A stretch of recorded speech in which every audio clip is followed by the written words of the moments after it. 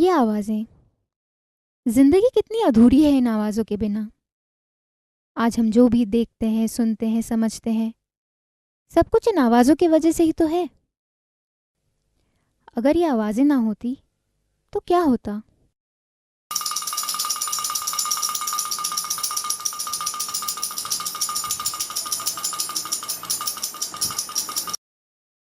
शायद इसी ख्याल ने मुझे मजबूर किया कि मैं एक ऐसी दुनिया को जाकर देखूं जहां आवाज़ों का कोई वजूद नहीं।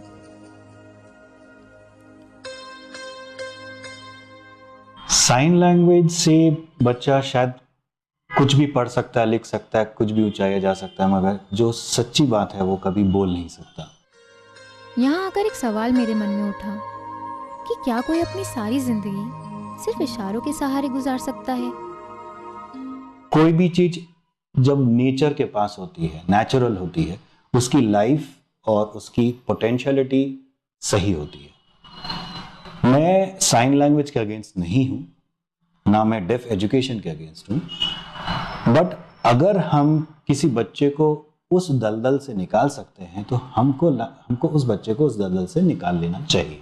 साइन लैंग्वेज एक नॉर्मल इंसान की कम्युनिकेशन स्किल्स नहीं है। कितने लोग इस दुनिया में हैं जो साइन लैंग्वेज को समझ सकते हैं या सीख सकते हैं? शायद 0.2%, 0.3%।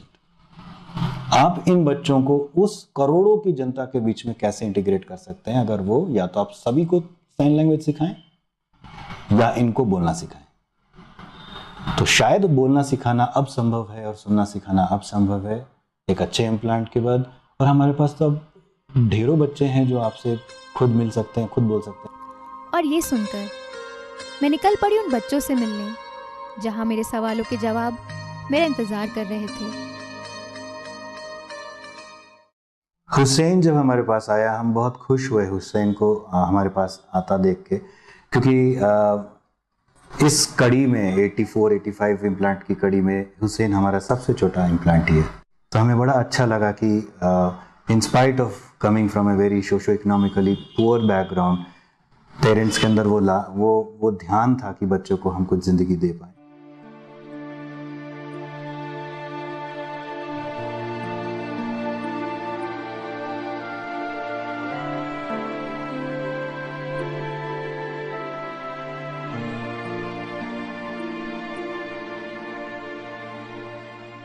हुसैन का पता हमें चला 6 महीने, मतलब थोड़े से पहले तो 2 महीने पहले से ऐसा एहसास हुआ था कि ऐसा लग रहा है कि हुसैन सुन नहीं रहे।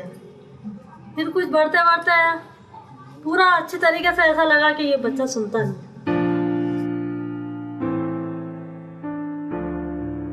हम उनके पास गए, भटनागर सर के पास। फिर उन्होंने जांच करी और जांच करने के बाद उन्होंने हमारे को आगे बताया कि जांच के बाद आज इस टाइम में मतलब जो कॉकोरल इम्प्लांट है तो उससे आपकी समस्या आपके बच्चे की दूर हो जाएगी। पिछले महीने ही हमने उसका ऑपरेट किया। डॉक्टर कीर्तने आए थे बॉम्बे से and everything has went well. Hussain की जिंदगी में इस बदलाव का एक सबसे बड़ा कारण था उसकी बड़ी बहन रीनुमा, जो कि उसी की तरह पिछले 9 साल से आवाज़ों से दूर है। इसका हमें वैसे 1.5 साल में मालूम पड़ा था हुसैन की बड़ी बहन का कि कान से नहीं सुन सकती है। जब सुनती नहीं तो बोलेगी कैसे? और वो बोलती है कि स्कूल के लिए बोलती है अब कि मैं नहीं जाऊँगी इस स्कूल में जिसमें बच्चे सुनते नहीं।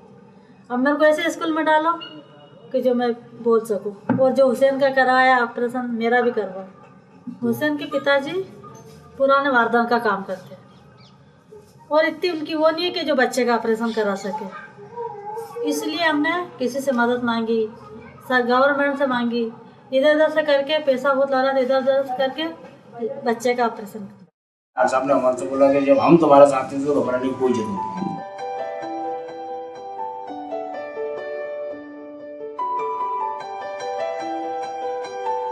जब हुसैन 3 साल का होगा, आम बच्चे की तरह नॉर्मल स्कूल में जाएगा। मेरा अगला पड़ाव था इस इलाज को समझना और इसकी तह तक जाना और जानना कि कॉक्लियर इम्प्लांट क्या है। कान का जो सुनने का जो मुख्य अंग है वो अगर खराब हो तो उससे आगे दिमाग तक आवाजें नहीं पहुंचती हैं और जब तक दिमाग तक आवाजें नहीं पहुंचेंगी तो उनको समझना और प्रयोग में लाना संभव नहीं। कॉक्लिया हमारे अंदर के कान का एक ऐसा हिस्सा है जो सुनने में मदद करता है। अब जब ये कॉक्लिया का फंक्शन ठीक नहीं होता है तो किसी न किसी तरह कॉक्लिया का फंक्शन कोई चीज़ से हमको शुरू करना होता है ताकि वो इम्पल्सेस जनरेट करके नर्व्स द्वारा दिमाग तक पहुंचा सके। ये इसी को कॉक्लियर इम्प्लांट कहते हैं, इसी यंत्र को। कॉक्लियर इम्प्लांट का जो बाहरी हिस्सा है जो कॉक्लिया का काम करके इलेक्ट्रिकल सिग्नल शरीर के बाहर तैयार करता है, और अभी क्या बचा है कि ये सिग्नल कान के नस तक पहुंचा दे।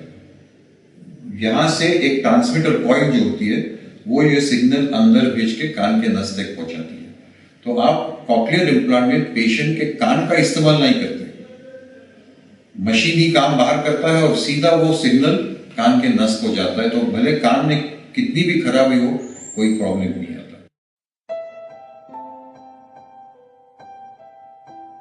बड़ा दुख हुआ था जब मेरे को खुद को अपनी भतीजी को डायग्नोज करना पड़ा कि she is hard of hearing when she was 11 months. 11वें महीने में हमने आइडेंटिफाई कर लिया था। मुझे भाभी को डिसेंसिटाइज करने में कम से कम 6 महीने लगे कि भाभी अपनी बच्ची मूक बधिर। पहला केस ऐसा देख रही थी मैं अपने लाइफ टाइम में, तो मुझे बहुत डर लग रहा था कि क्या होगा। बट समहाउ भाभी ने उसको एक्सेप्ट किया और उसको बड़ा चैलेंजिंग लिया। भैया इसको समझाया हमने। आज ऐश्वर्या को ऑपरेट किए हुए हमारे तकरीबन 2 साल होने आ रहे हैं। जब इसका स्विच ऑन हुआ था तो थोड़े दिनों तो इसको बिल्कुल कुछ भी बोलती नहीं थी, लेकिन उसके बाद इसने मम्मी पापा बोलना शुरू किया तो बहुत ही अच्छा लगा हम लोग। मुझे उस दिन अभी भी याद है, अभी भी रोंगटे खड़े हो जाते हैं जब मुझे फ़ोन आया। अमित सक्सेना उनके फादर का नाम है, उनका फ़ोन आया कि भाई 1 मिनट ऐश्वर्या कुछ बोल रही है।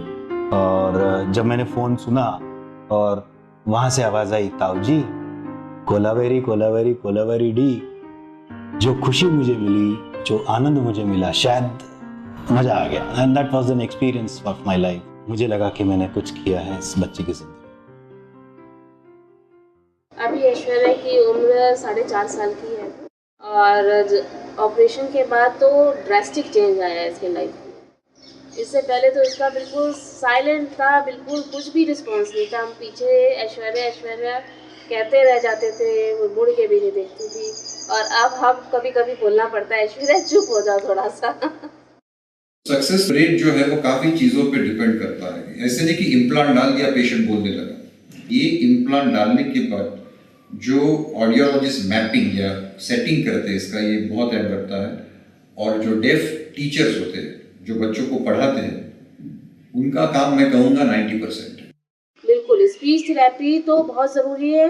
अगर वो नहीं होती आज इसकी तो मैं ये समझती हूँ कि जो ये बोल रही है समझ रही है, मैं क्या से आधा भी नहीं कर पाती। ये जो ABT थेरेपी जो हम देते हैं बच्चों को, ये बेसिकली हम बच्चे को थेरेपी नहीं देके हम एक फैमिली को थेरेपी देते हैं।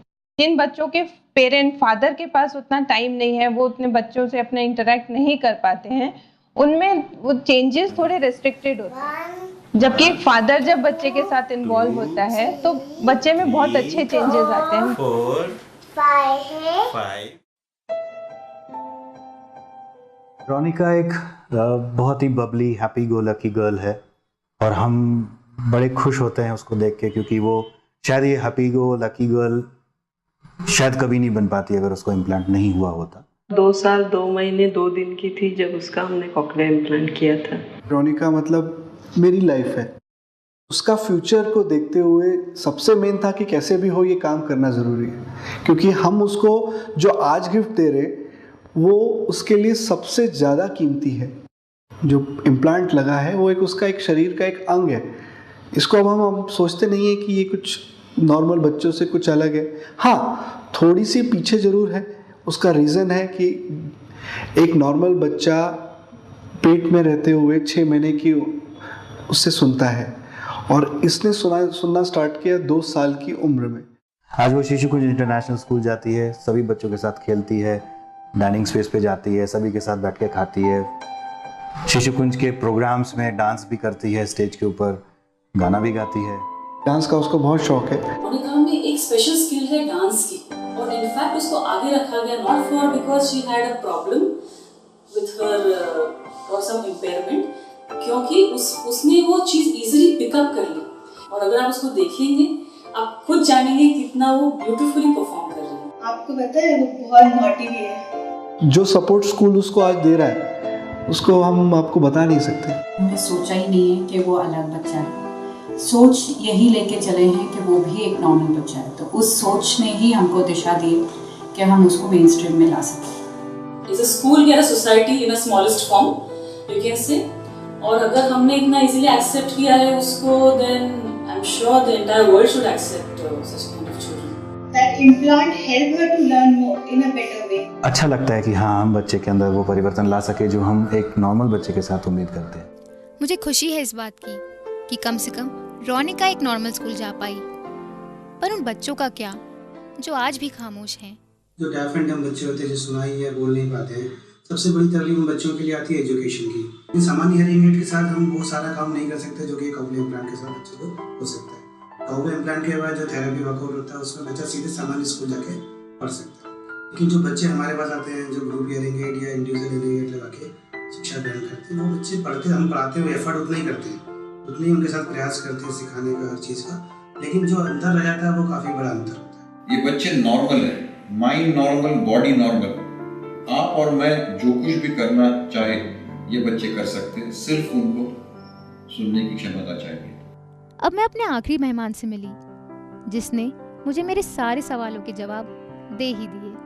मुझे अच्छी तरह से याद है, इलियास 1.5 साल का था जब इलियास के दादाजी उसको गोदी में लेके आए थे मेरे पास। दादाजी ने एक ही बात पूछा था मुझसे कि क्या ये कभी बोल पाएगा। जैसे भी करके 2.25 साल के पहले उसका ऑपरेशन कराए। जब छोटे से बच्चे की सर्जरी हुई, जब हम लोग बहुत घबरा गए थे, ऑपरेशन होने के बाद ये इम्प्लांट जब लगाते तो बच्चे बहुत डर जाते, क्योंकि पहली बार जब वो आवाज़ सुनते हैं ना तो उनको कुछ बहुत डर महसूस होता है। तो हम उसको पहले तो लगाने में ही बहुत मेहनत करना पड़ी हमको। इम्प्लांट लगाकर हमको 2-2, 4-4 घंटे उसको गार्डन में लेकर बैठना पड़ता था। फिर उसको नींद में लगाकर सुलाते थे ताकि डर उसका ख़त्म हो जाए। जब उसकी आदत पड़ गई उसके बाद थेरेपी चालू हुई इसकी। सभी बच्चे कुछ ना कुछ प्रॉब्लम करते हैं, बट इलियास हमको इसलिए याद रहता है क्योंकि इलियास ने सबसे लंबा समय लिया था थेरेपी के रूम के अंदर आने के लिए। इलियास मुझे याद है 6 महीने तक हमारे पास ऊपर नहीं आया था। हमारे साथ साथ माँ बाप और उनके परिवार की मेहनत है जो आज वो रंग ला रही है। अलग अलग कॉन्सेप्ट्स हम उसको देना होता था, तो कई मार्केट, वेजिटेबल मार्केट ले गए, फ्रूट मार्केट ले गए, फिर ऐसे उसके साथ रेपो डेवलप किया। उसके बाद इलियास बोला और काफ़ी क्लियर है और बिल्कुल आज नॉर्मल बच्चे की तरह बोलता है और सुनता है। और मुझको उम्मीद नहीं थी इतनी कि इतना बोलेगा और ऐसा अपने जैसा बोल पाएगा और सुन पाएगा। इलियास 1 नहीं 4 भाषाएं बोलता है। हर चीज़ में आगे है, स्केटिंग, साइकिलिंग, क्रिकेट। अभी 96% थे उसके 2nd क्लास में, and I am very happy now. मैं उम्मीद करता हूँ कि मैं उसको इंदौर का कलेक्टर बना। इस सफ़र में सबसे बड़ी मुश्किल जो मुझे महसूस हुई वो था इस इलाज का महंगा होना। क्योंकि छोटा अमाउंट नहीं था और एकदम से ये चीज़ें सामने आई थी तो थोड़ा सा टाइम लगता है। सबसे रिलेटिव से बात करके, जहाँ से भी थोड़ा बहुत अरेंजमेंट करके, पर्सनल सेविंग्स से, ऐसा करके इन सब चीज़ों को जोड़ के पैसा अरेंज किया। फिर उसके बाद इसके लिए हम तैयार हो पाए। हमने हमारा गोल्ड गिरवी रखा था, उसके बाद हमने इंस्टॉलमेंट में पैसा जमा करा। 6 महीने निकल गए, 7 महीने निकल गए, 8 महीने निकल गए। हम बड़े परेशान रहे इस मामले के अंदर। तो कुछ लोगों ने सहयोग हमें करा। बच्चे की ज़िंदगी का सवाल है, इसलिए हमने दिल खोल के लोगों से मदद मांगी और लोग आए सामने, उन्होंने हमारी मदद की। अगर कोई इंसान किसी मुसीबत से निकलता है और सक्सेसफुल होता है तो उसका जज्बा और उसकी स्पिरिट एक डिफरेंट लेवल पे होती है। स्पिरिट्स की लेवल आप समझ सकते हैं कि सारे पेरेंट्स मिलकर अब एक पेरेंट फोरम बना रहे हैं, यस वी कैन, जो कि एक डेडिकेटेड फोरम होगा जो कि which will be run and govern by the parents. और उसमें हम लोग ये वाला जो अपना मुद्दा है गवर्नमेंट के पास भी ले गए हैं कि आप कम से कम इसमें सब्सिडी थोड़ा बहुत तो दीजिए, स्टार्ट तो करिए। मैं ब्लेम नहीं करूंगा उन अथॉरिटीज़ को या उन व्यक्तियों को या उस पब्लिक को जो एक बधिर बच्चे को देख के महसूस करती है कि ये तो सब कुछ तो ठीक है इसमें, क्योंकि बधिरता दिखती नहीं है। और अनफॉर्चुनेटली अपने कंट्री में कुछ लाखों बच्चे ऐसे हैं जो शायद सोसाइटी और देश के मेन स्ट्रीम में आराम से लाए जा सकते हैं। बिल्कुल भी डरे नहीं, अपना एडवांस इतनी टेक्नोलॉजी हो गई है, इतने अच्छे अच्छे इंस्ट्रूमेंट्स आ गए हैं, तो कराने में बिल्कुल भी हेजिटेशन नहीं होनी चाहिए। ये बच्चे की ज़िंदगी का सवाल है, अपना सब कुछ दांव पे लगाकर इम्प्लांट कराएं। They will do whatever you, I or anybody can do. Cochlear implant और आपकी हिम्मत बच्चे की जिंदगी जरूर बदलेगी। हाँ, आवाज़ों के बिना जिंदगी अधूरी है। यही एक जवाब मुझे मेरे सफ़र में बार बार मिला। इस खामोशी को ख़त्म करने का तरीका भी मिला और ये आस जगी कि एक दिन ये फैली हुई खामोशी एक गूंज ज़रूर बनेगी।